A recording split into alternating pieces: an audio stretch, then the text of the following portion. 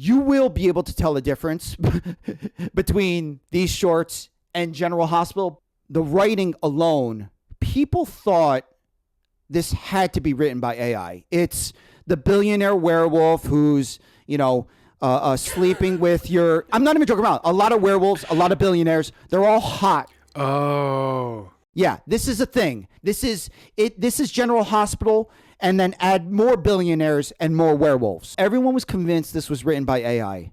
And then the consensus was, this is so cringy and weird. AI couldn't have done this. Amazing. I didn't know the content. Oh, no. That's amazing. This is not exaggeration. Well, I mean, I think that's a good place to end it. Thanks for listening, guys. We'll see you next week. Hey, welcome to the Actor's Guide to the Underworld podcast, where we talk about acting in Hollywood in a way people understand. I'm Ikon Song, and this is my co-host, Rían Sheehy Kelly. What's up?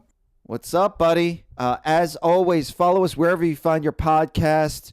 At Actors Guide Podcast. We have video on Substack. We have video on YouTube. Follow us on all social media at Actors Guide Podcast. And if you get a chance, leave us a like, leave us a review. It really helps the podcast. Really appreciate all the support we've gotten so far. Helps our self-esteem, makes us feel like valid human beings. Yeah. We love the validation over here. On the show for today, we talk about the latest update, AI regulations in the U.S., have survived for now. We also talk about an MIT study on the brains of Chat GPT users. Not good, by the way. Spoiler alert.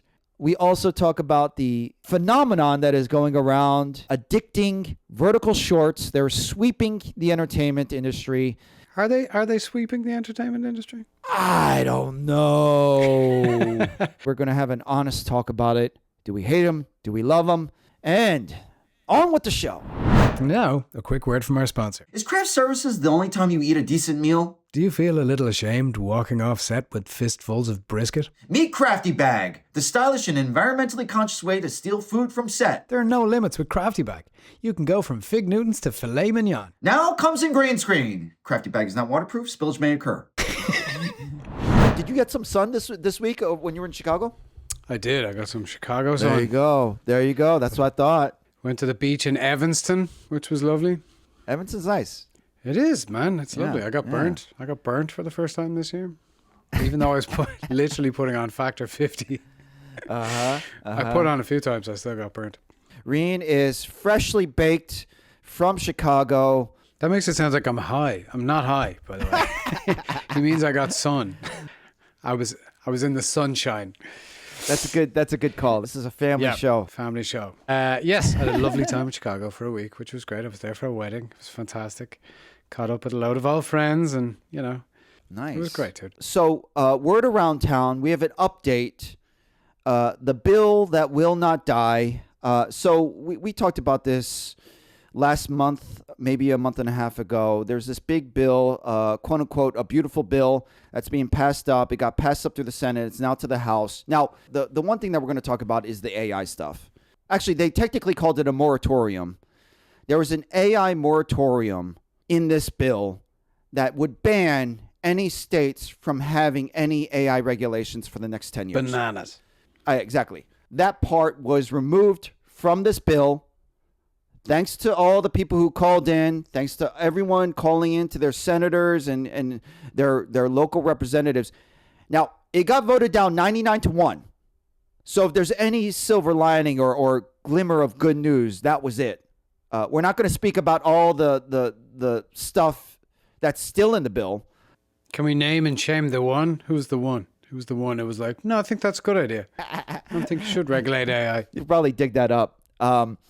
Anyway, so that is a glimmer of hope. So we do have state protections. We have California state laws. We have big Tennessee state laws that have been passed and are still standing. So chalk one up for the good guys. We did it, everyone. Anyway, so that was just a little update, word around town. The other atrocities in the bill, we don't know. To be continued. TBC. So this is a fun one. So there is a study by MIT just completed on the brains of Chat GPT users. So their headline was, MIT just completed the first brain scan study of Chat GPT users, and the results are terrifying. So this is from Handle AI Researches. We'll put the link of this post. This is a study from MIT. So long story short, the results are not good. We have talked about this a little bit in the past. We've talked about social media and how that might affect our attention span, but this is just a little more specific. So let me just jump into a couple of these. AI isn't making us more productive. It's quietly bankrupting our cognitive abilities. Here's what 4 months of data revealed. Okay. So they have examples of writing an essay. 83.3% of people using Chat GPT couldn't remember what they wrote just minutes after finishing. Minutes. Which sounds about right. I mean. Well, I think I do it for, like when you learn lines for an audition. If you don't go over them constantly, like you forget them sometimes. Or instantly afterwards, I've forgotten them. Like stuff doesn't, if there isn't a reason for it, or if you don't have to put in effort for it to stay in your head, or you don't need it, then I think your brain probably just goes, all right, see it, that's fine. That's spot on. I think, and I wanted to get into this a little bit later, but ultimately, and this is kind of now, obviously we're kind of laughing at this article. This is all real. This is all factual. This is a real study. AI in general is very polarizing. It's going to get more polarizing. It's easy to just kind of laugh at it. We know that AI is going to be a powerful tool. It's going to be useful in so many things, many apps and many programs. But ultimately, my biggest fear is that we're busy doing a bunch of short, quick, fast thinking, Googling things, Chat GPTing things, using AI to find things, and not doing long, slow thinking, like learning lines for a scene. Even reading, like I used to read, I grew up and through most of my life read every night before I went to sleep. Like I would read a book in bed and fall asleep.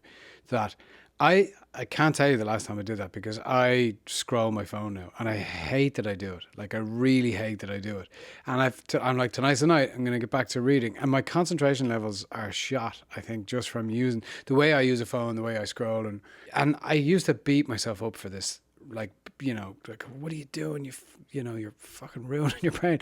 But I realize that like, I am not only fighting my own attention span, I'm fighting like the combined brain power of everybody who puts time and money and energy into making your phone the most addictive it can be, keeping you engaged in. They're winning. They're absolutely winning. To sell you stuff, you know, to keep notifications was a big one. Everything is designed to just keep you engaged in this short form, low attention, low critical thinking, just like endless scroll that like. So it's not surprising that Chat GPT has that effect on people where they just don't remember. And I'm like, I haven't really utilized that until more recently. I used it to help me with an email the other day for the first time. I was like, oh yeah, do you know what? I forgot that AI exists. And it's dangerous because, you know, it feels like the easy way out every time. You're like, well, okay, I'll just get this to do it for me. And it helped you with that email? Yeah, it did. It was a good email. So I was like, oh shit, yeah, that was better than that was more, you know, polite than I would have put it. I was dealing with an insurance company and basically, yeah. Okay. So, you know, like it modified, like my initial email would have been something like, where's my fucking money? Give me my fucking money. And then ChatGPT was like, where's my fucking money? Give me my fucking money, please. So it was, you know, it just softened the blow a little bit. Well, there you go. The power of AI. I will say on the reading thing, I was so blown away. I was, you know, I'm late to the party on many slang things. But when the first time I saw TLDR, someone texted me too long did not read. Too long didn't read, yeah. I was so blown. Well, I mean, first of all, I absolutely would have never guessed it. And then them explaining it to me, I was so blown away that was even existing, that it was even necessary. And then here we are, that was, you know, months ago. And now I'm realizing, oh, it is very valid. This is the world that we live in. Everything is TLDR. What else here? Other fun things. Brain scans showed the damage clearly. Neural connections dropped from 79 to just 42. That is a 47% loss in brain connectivity, if anyone cares about that anymore. If your computer lost nearly half its processing power, you'd say it's broken. That's what's happening to our brains of Chat GPT users. Half our processing power. My God. And back to our little writing metaphor. Teachers couldn't tell which essays were written with AI, but they knew something felt off. Some descriptions: soulless, empty of real content, flawless language, but no personal insight. The human brain can sense cognitive debt even when it doesn't have the words to explain it. And I don't want to sound like an old fogey, and it's easy to be so black and white with this. We know it's a tool. We know that we're using Google. We know that we have all this technology at our fingertips. I'm wondering if we're at a place in society and we want to read more books, but we don't have the time. Are we willing to be uncomfortable? That's it. No. Exactly. The 30 seconds it takes if your internet is slow for your phone to load. Dealing with ads on YouTube. Are we willing to deal with the time it takes to read an article versus the TLDR? The long journey of, let's say, writing a novel, creating a short film, editing something? Or is it the new standard is just going to be pop something into AI with the correct prompts and it'll come out in 2.5 minutes? This is another metaphor. I was in a pinch. I was editing something. I was touching up a photo of the pyramids in Egypt. And I was like, okay, well, let me just try ChatGPT. I don't want to take the time to remove some of the tourists in the background and fix it up. Let me just throw it in there. I threw it into ChatGPT. It removed all the tourists. It also changed the color and removed the texture of the sand. Oh. So my point is For the better, or was this a nightmare? for the worse. It wasn't horrible, but it was off. It's like everyone was saying of these ChatGPT essays. It just didn't look real, right? Yeah. So it's like I'm showing everyone a picture of the pyramids. Dude, is the sand really that smooth? This didn't look real. Yeah. So there was part of me, it was like, okay, this is the perfect metaphor for AI. It's like it did what I wanted. It's slightly off, and then it removed the texture, and I had no control over it. Am I going to keep putting in prompts, put the texture back in the sand, blah, blah, blah? Can you not change the color? And at that point, I just didn't use ChatGPT at all. And some people don't care. I did, and I just left the people in the background and left the tourists in there. AI is not perfect, and it's actually kind of nice that it's not perfect. Eventually, we'll get to the point where we don't actually need to do the slow, hard work. Why? If you had the choice, would we actually choose to do the slow, hard work? I feel like real writers, and I said this even beginning, I said this years ago when we just started talking about AI, real writers actually like doing the long, hard work and actually enjoy the process of writing. Some do. I think the smart ones probably. I think the smart ones probably use it as a tool. You know, I actually spoke to a writer friend about this, a very accomplished writer, and they use AI as a tool, but like also said that like AI cannot do what I can do. It would take them longer to if they had ChatGPT write a script, it would take them longer to make that script good than it would to write the script themselves from scratch. But they can use it for prompts and they can use it for certain things or for research. It's a tool like anything else. I think as well, like, you know, there's resistance. One of my friends is a comic book artist and, you know, had some resistance to everything being digitally drawn now as it is, you know, but also has had to adapt and use that as well. So I think it's kind of the people who use it effectively can use it as a tool. People who depend on it entirely, I think, are fucked, to be honest, because that's not. Yeah. When researchers asked ChatGPT users to write without any AI help, they did worse than people who never used AI at all. This isn't just dependency, it's cognitive atrophy. Like a muscle that stopped remembering how to move. You know, there you go. It's these skills are getting weaker. So I just don't know. Do you know anyone who uses it solely? I mean, I don't know. I don't think you can really be a writer if you're just using AI as a way to write. But like, let's talk about this. I personally don't want to be the last one at the party, and I also don't want to be an extinct dinosaur. So I'm going to do the work and be as open as possible. 100%. If you're writing, AI can help you find better adjectives.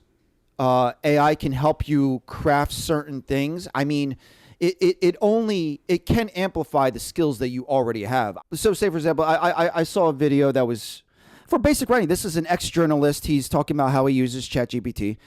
They put it in a way that was pretty spot on. AI or Chat GPT or a tool like that is essentially an assistant who is very savvy that you can be mean to.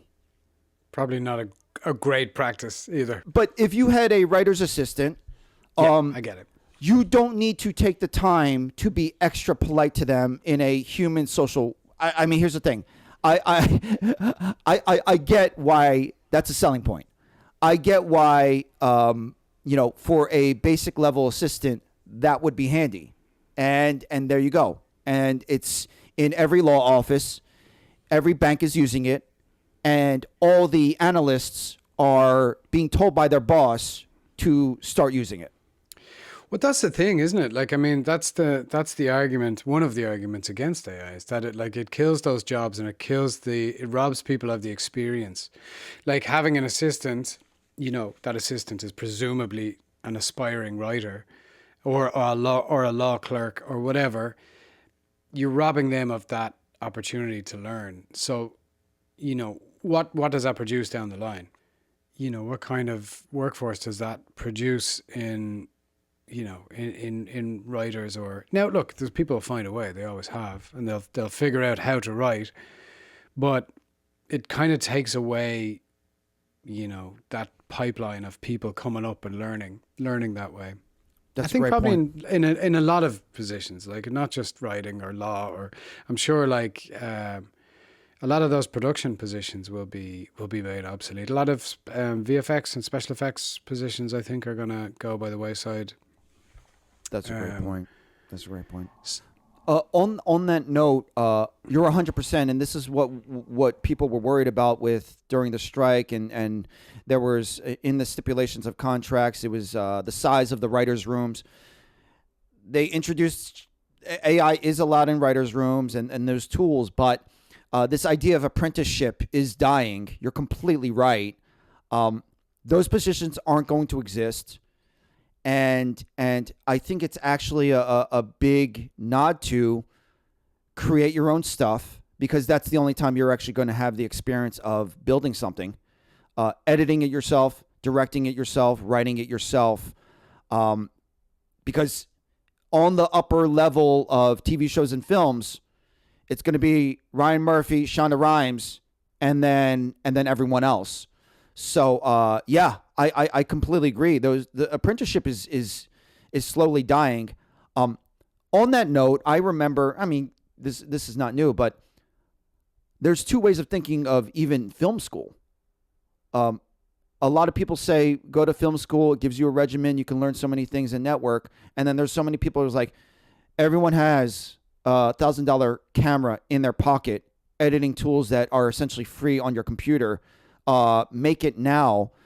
A lot of the things that a lot of my friends who went to official film school, paid a lot of money, worked on my shows or worked on my productions, and they're like, wow, this really is like going to film school, except you didn't need to pay, you didn't have the student debt.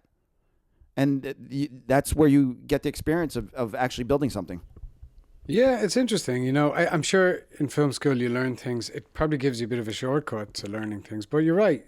There's arguments for both. And I see more and more people just kind of come out and do it and learn by doing. Or I've heard, you'll hear in interviews where filmmakers started. A lot of directors didn't go to film school. Like a lot of renowned directors. Like actors too. Like drama school is not a guarantee of anything, really. I think it gives people... I've seen this, among my peers and stuff. It gives people a bit of it gives them confidence a lot of the time, and it gives them a bit of a network. Yeah. But it doesn't guarantee them anything. I know a lot of people who went to drama school who aren't acting anymore. Not, and I understand the challenges of the industry now. It's not a great industry to be coming into at this time. But I don't know. It and I felt for a long time, because I hadn't gone to a full-time drama school, I felt a little bit less than for a while. You know, I had a kind of an insecurity about that, where I felt like I wasn't a real actor because the people around me were real actors because they went to drama school or whatever. And all of my stuff was kind of part-time and picking up, you know, going to classes and doing what I could. But ultimately, it doesn't matter, you know. It didn't matter in the end. But I did carry that around for a long time.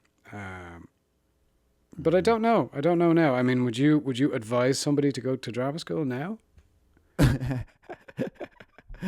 I personally would not at all. I would advise them to get into classes and do classes and get some experience. Exactly. But I wouldn't go. I wouldn't advise someone to do a degree in drama right now. No, I would absolutely not. So you know, on this note,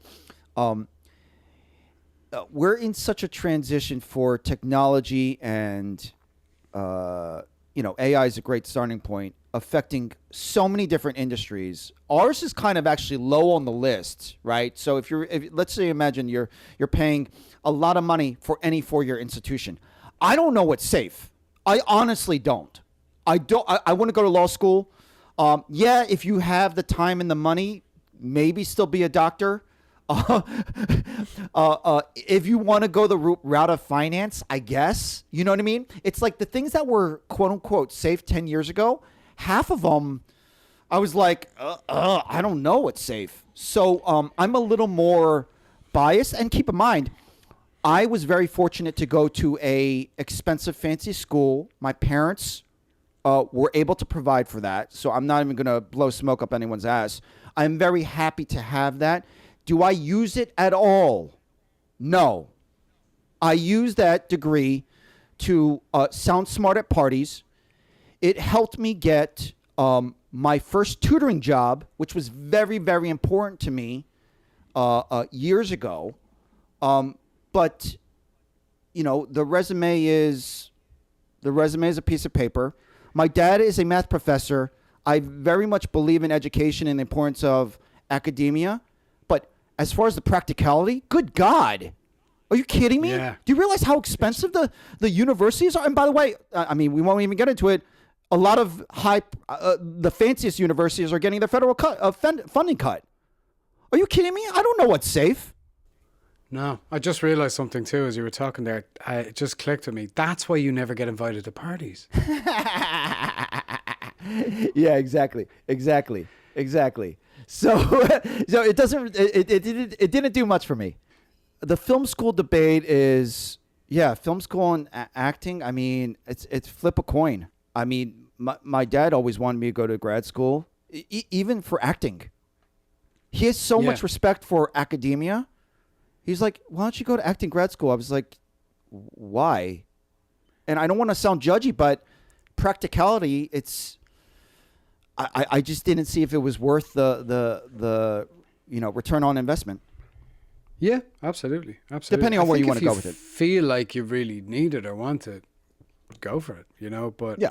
I don't know that it's certainly not necessary to have a career in this, as we've seen over and over and over. It's not a meritocracy. Exactly. The best actors don't always make it or make the most money, or and time and time again we've seen that. But coming back to it, one of my big worries is for the next generation, all the youngins who are freaking, walking around with smartphones and Google and AI. And so my sister is an art teacher, public school. She's been working at a high school for the past couple of years now.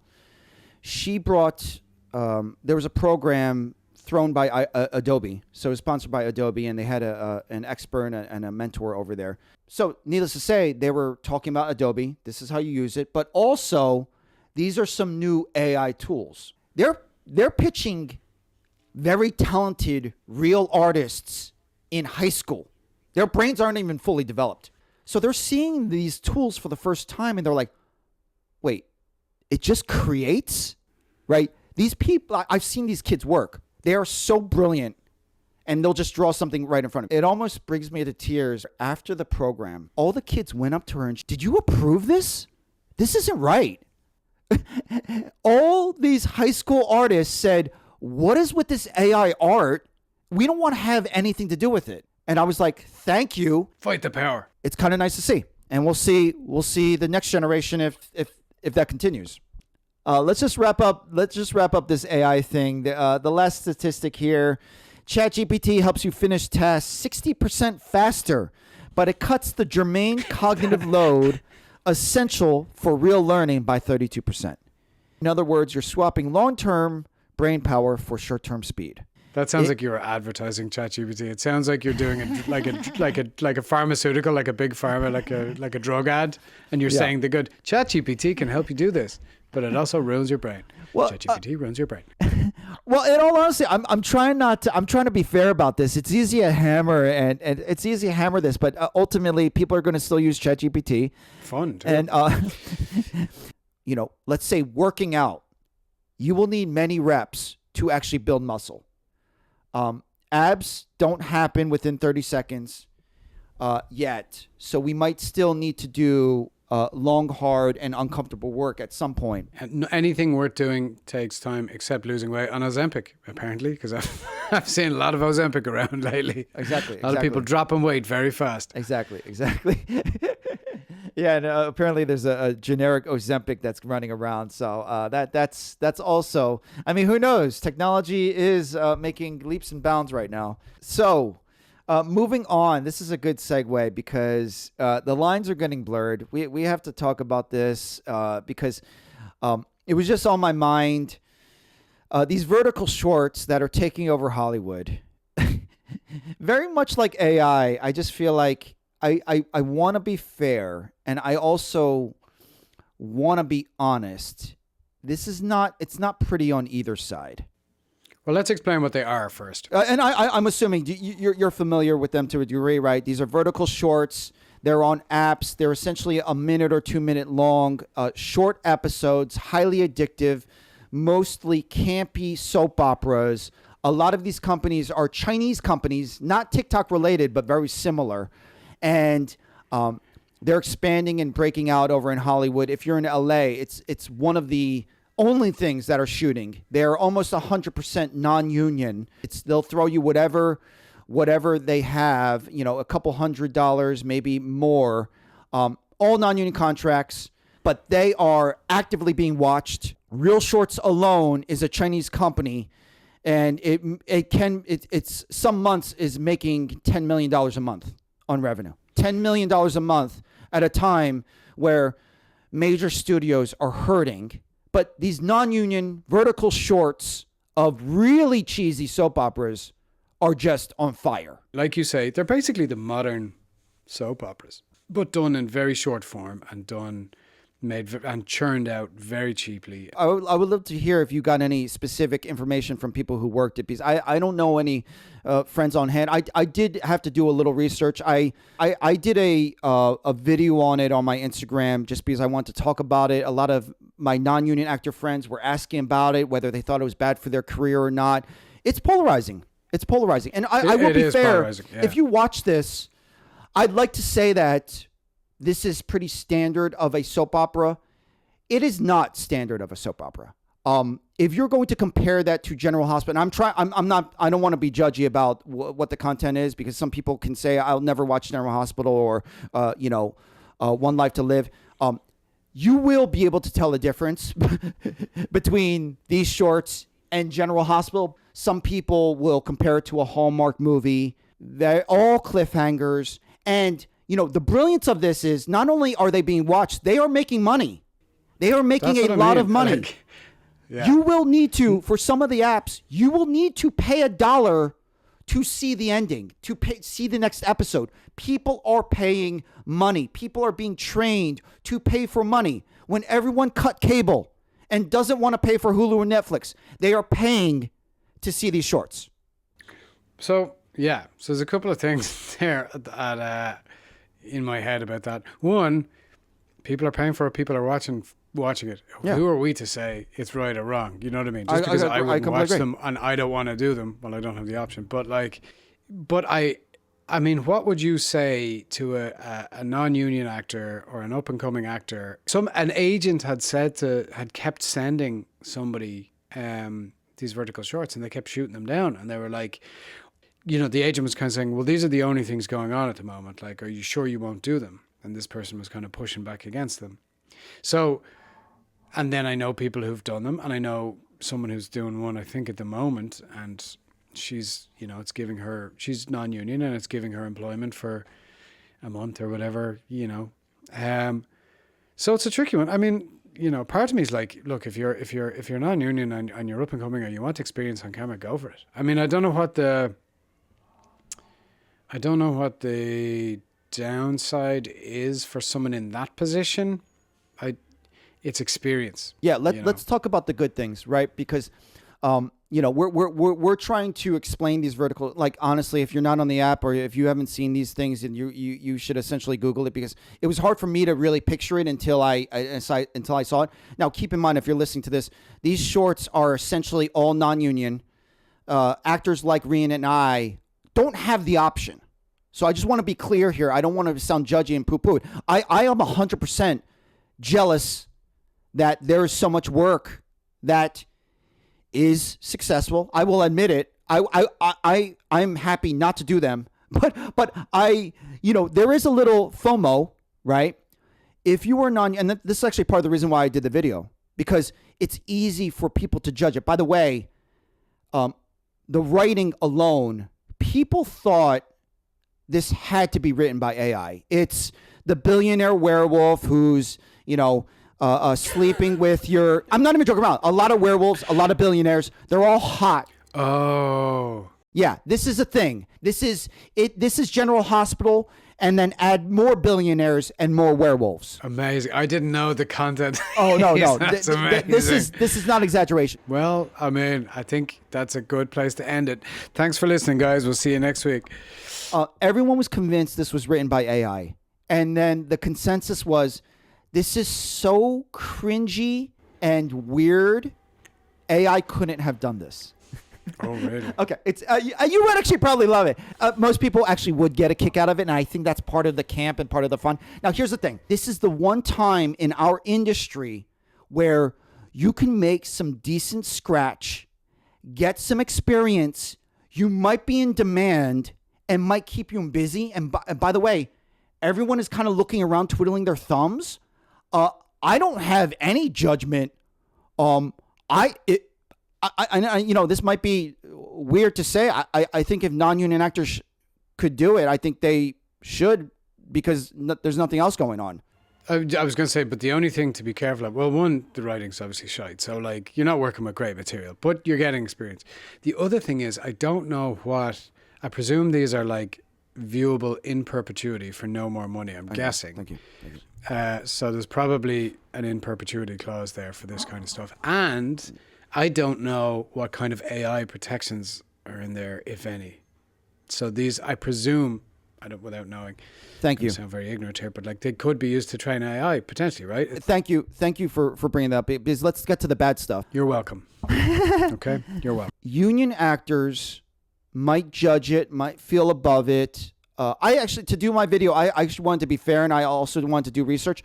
By the way, TikTok, not surprisingly, loves these shorts. If you are in a popular vertical short, you very well could leverage that for a TikTok following. So just put that in perspective, where there are some ways you can make money. And this is the difference. Is it better for your acting career, or is it better for your bank account? Some people might want to be TikTok famous and they're perfectly happy. And maybe they become an actor later on. Maybe they don't. So there's no judgment. If you're 22 years old, and I saw a lot of really hardworking actors on TikTok who were doing these vertical shorts talking about their experience. They're like, we don't love it. It's not great, but here I am. I'm making money as an actor, and I can't knock that. Let's talk about the dangers. And I would love if we can get someone to comment, or if anyone's done a vertical short, if you can tell us if these contracts are in perpetuity.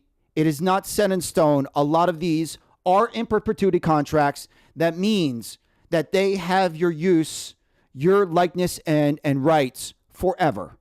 Okay? This is stuff that people wouldn't touch with a 10-foot pole ever. But if every actor is doing it, ideally non-union actors. They know that they're going to get away with it. We have union protections in every TV and film show.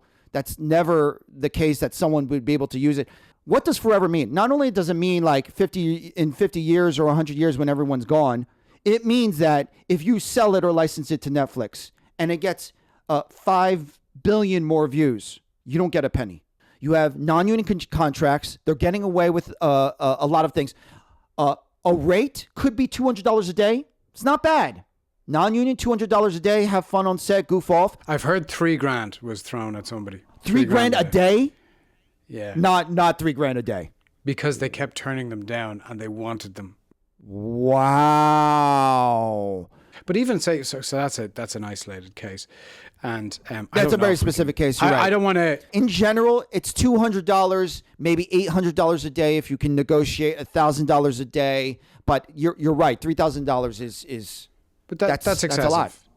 That's when you stack that up against a ULB rate, which I think now is $249 a day. That's ultra low budget or short. A UPA.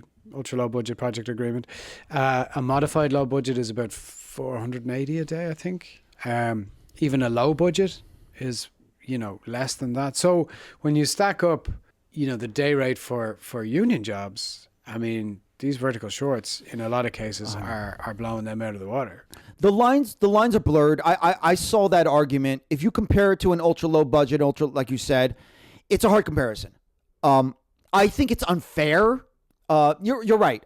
Is there any fair in Hollywood? Real Shorts is making $10 million. None of these actors will ever make any residuals, and it's a buyout. Now, here's the thing. We talk about usages. We don't. The short term is how much money am I walking away with? That's the short term. The long term is in perpetuity, and this also bridges to non-union commercials. There are some non-union commercials that you will walk away with $8,000. $10,000. That is pretty good for a buyout. They'll own you for 2 years or so on or longer, and they'll rerun it a bajillion times. Or a year. But the point is that is a really bad usage rate that non-union commercials will take advantage of non-union actors. This is even worse. Our industry, the lines are blurring where if people are going to get used to more non-union, this is my danger. My danger is if people get more used to non-union work, if non-union vertical shorts are going to take over Hollywood, and this is the new standard, then slowly all of us are going to be working in perpetuity and not having ownership over our likeness. That's my worry. Yeah, I just looked up the rates there, so it's actually lower than I thought. Vertical shorts, apparently they pay anywhere from 100 to 500 per day, but the average seems to be sort of 400 to 500. Those are fair. Oh, and we also didn't get into, hypothetically, if they sold all these shows to a third-party company and they can use all these shows to train generative AI, there's no, if you signed away a contract in perpetuity, they could do that. No one's saying that they are doing that, but it's very possible that they could. These are all tech companies, so that could happen tomorrow. Yeah, and you're right. The pay is, and look, I obviously want everybody to be doing union projects and that to be, for them to be more widely available. But you're talking about $12.46 a day on a union show versus the availability of these vertical shorts. I mean, you're not booking co-stars every day of the week. Yeah, exactly. And then these vertical shorts seem to be just available to, whoever's interested, whoever wants to audition and wants to get involved. There seems to be a lot of them, is what I'm saying. So it's volume versus What happens when Disney and Netflix start shooting vertical shorts themselves? We would hope that they're union. Well, just imagine if Disney and Netflix start throwing billions of dollars into non-union TV shows. I don't even know where our industry and our union would fall in that. But just imagine that that's what I'm worried about. To put your mind at risk, we'll all be dead someday. So I know you mean put my mind at ease? Yeah. Yeah, exactly. Yeah, we'll keep an eye on that. But if you hear anything, let us know in the comments. Hit us up, actorsguidepodcast@gmail.com. Hit us up in the comments on our social media. I'm still amazed. People can't pay rent, but they're paying $80 to $100 addicted to these shorts. And that's the beauty. Hey, people are watching something. So you got that. Let's do hidden gems. Hidden gems. Let me get my hidden gem. I'm going to. So this is my. I don't know if you can see this. Salad dressing? This is. No, not salad dressing, although it looks like salad dressing. My hidden gem for this week is. So I spent a week in Chicago. I stayed with some friends in Evanston for a few days, and Daniel and Maithili, if you're listening, and Maithili made phenomenal pancakes, and they had this syrup on them, and it's this organic, no added sugar strawberry syrup. I don't know where it comes from. Wow. But basically, it's called Waubery, or it has an umlaut over the A, so I don't know how you pronounce that. Yeah, but it's fantastic, Dutch. and it has 1 gram of sugar, which is no grams of added sugar and 1 gram of sugar, and it's delicious. So you loved it so much you bought some of yourself?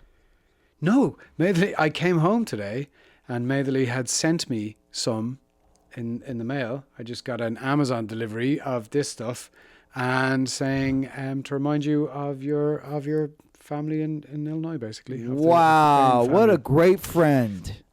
Yeah. So huge love to Daniel and Maithili, and It's really sweet because it's really good. It's really tasty. There's no sugar in it. That's great. Love that. So we'll keep it on the culinary train here. So I did a little trip up to Maine. I'm in Maine for the first time ever. A quick little stop in Portland. Also a special shout out.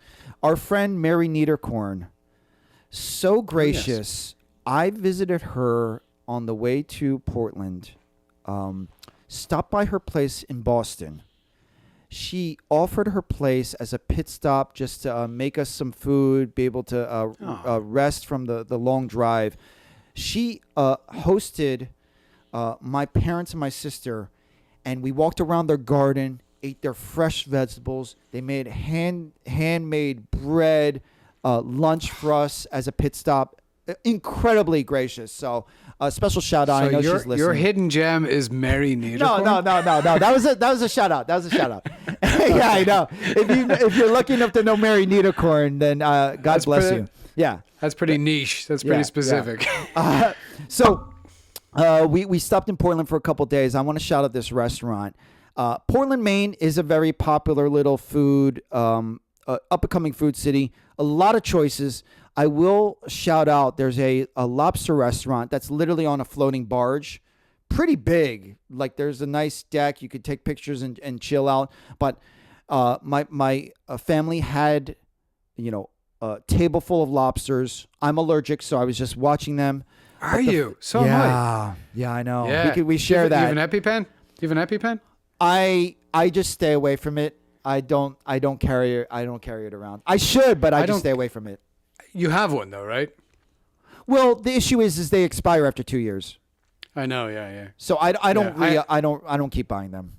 You don't re-up it? I'm Okay. cheap. I have one. Yeah, I have one, Good but for I stay away from it. It's crustaceans, crab, lobster, and shrimp. I can't. Yeah, go same near. thing as me. I stay away from it. With Chinese, I know we're getting on a tangent. Chinese food, good God, they put shrimp paste in every sauce. Yeah. So yeah. 100%. I get caught every so often. I'll eat some Chinese sauce, and next thing you know, it has shrimp in it. So you got to watch out. But that you and me are right. We're right there. Yeah, that's exactly quick right. question on that. Did you always have that allergy? Because I did not. I developed mine later. This is a fun story. I developed it later. I grew up eating cocktail shrimp, no problem. Crab, lobster, no problem. My mom cooked shrimp a certain way. Actually, we might be able to diagnose each other right now. My mom cooked shrimp one way.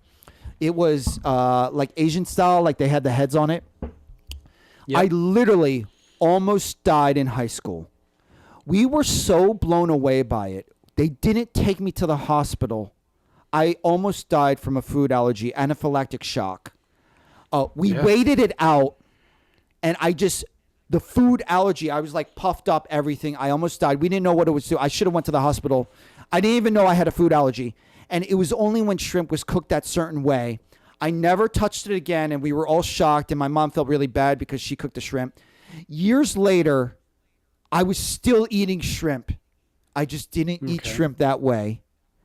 I went to a friend's barbecue, and they had it Cajun style when it was cooked the same way, but it was New Orleans style. And I was like, oh, this shouldn't be an issue. It was Asian style that almost killed me. I ate it Cajun style, almost died again. Oh, dear. And then last time, I ate a lot of shrimp, and I got dizzy. I was bloated. I looked like I was Will Smith in Hitch. I almost died again, and I swore it off. I was like, you know what? Honestly, I ate enough.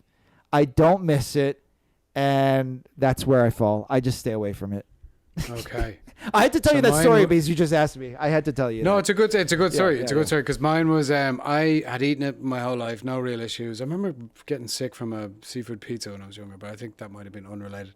Anyway, ate it, no problems.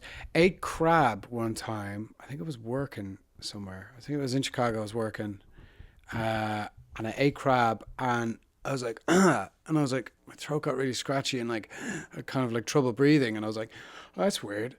And like my throat was closing up a bit, because I had eaten it before, I didn't make the connection. I thought, okay, so it was okay, and I was all right, and it, went away after a few hours, and I felt okay. So I was like, whatever, just ignored it. And then I had it a few months later, and it was worse. It was the same reaction, throat closing up, eyes puffy, I think, and like, but it was worse. So then, I was like, okay, well, I got to stay away from that. My sister had also developed an allergy. Wow. Well, there you go. So I stayed away from it for years, and then I got an EpiPen or whatever, and then years later I got an EpiPen when I got moved out here, and then I did an allergy test a while later, and they're not always reliable, I believe. Because they're not 100%. Afterwards, they're not 100%, but they did an allergy test, and the doctor was like, "Oh, you're fine," and I was like, "Okay, great." So I started out by trying to eat shrimp again.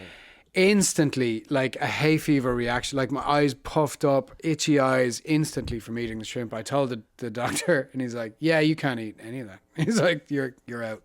So I can't eat any crustaceans. Wait, did he explain why the test said no, one way and then... Because I hadn't touched it for over 10 years, like there was none of it. My body just didn't react to whatever they did. So it didn't show up as an allergy. But then I had an allergic reaction to shrimp. So shrimp's out. Shrimp's out, crabs out, lobsters out. So back to it. I'm also in the lobster capital of the world here in Maine. So everyone's enjoying lobster. So my hidden gem, going back to my hidden gem, DeMillo's restaurant is floating on a barge. It was exactly what my family was looking for. They had a bunch of lobster. I had a fried haddock sandwich. I'll probably put pictures of it in the video. But it was great. It was great. And to be honest, this entire trip, it was the best lobster we had. So want a special shout out. So many good food options in Portland, Maine. But that gets our stamp of approval. This is like the time that my hidden gem was Woods Cafe. Like your hidden gem is a lobster restaurant that you can't eat most of what they serve. My hidden gem was Woody Harrelson's like weed cafe that I can't touch. I couldn't touch anything in there being sober. Ironically, you probably smelled more weed than I ate lobster. Well, the only reason that like we went in at 10 in the morning and nobody was smoking weed, so that was the only reason I was able to stay there. But the surroundings were nice. Yeah. It's great footage. It is very exciting watching someone just chomp away into a lobster, though. It gets kind of nauseating after a while, but it's pretty exciting for them. Yeah, 100%. Yeah, it's exciting for them. Pretty gross. I always found lobster too much work anyway. I never thought it was worth it. It was never worth the hassle. 100%. Crab and lobster's not worth the hassle. Yeah. Give it up, guys. Let it go. Crab and lobster. Let's all stop eating it. Yeah. Leave the crabs alone. All right, guys. Hope you enjoyed it. See you next week, and we'll be back at it. See you next week, guys.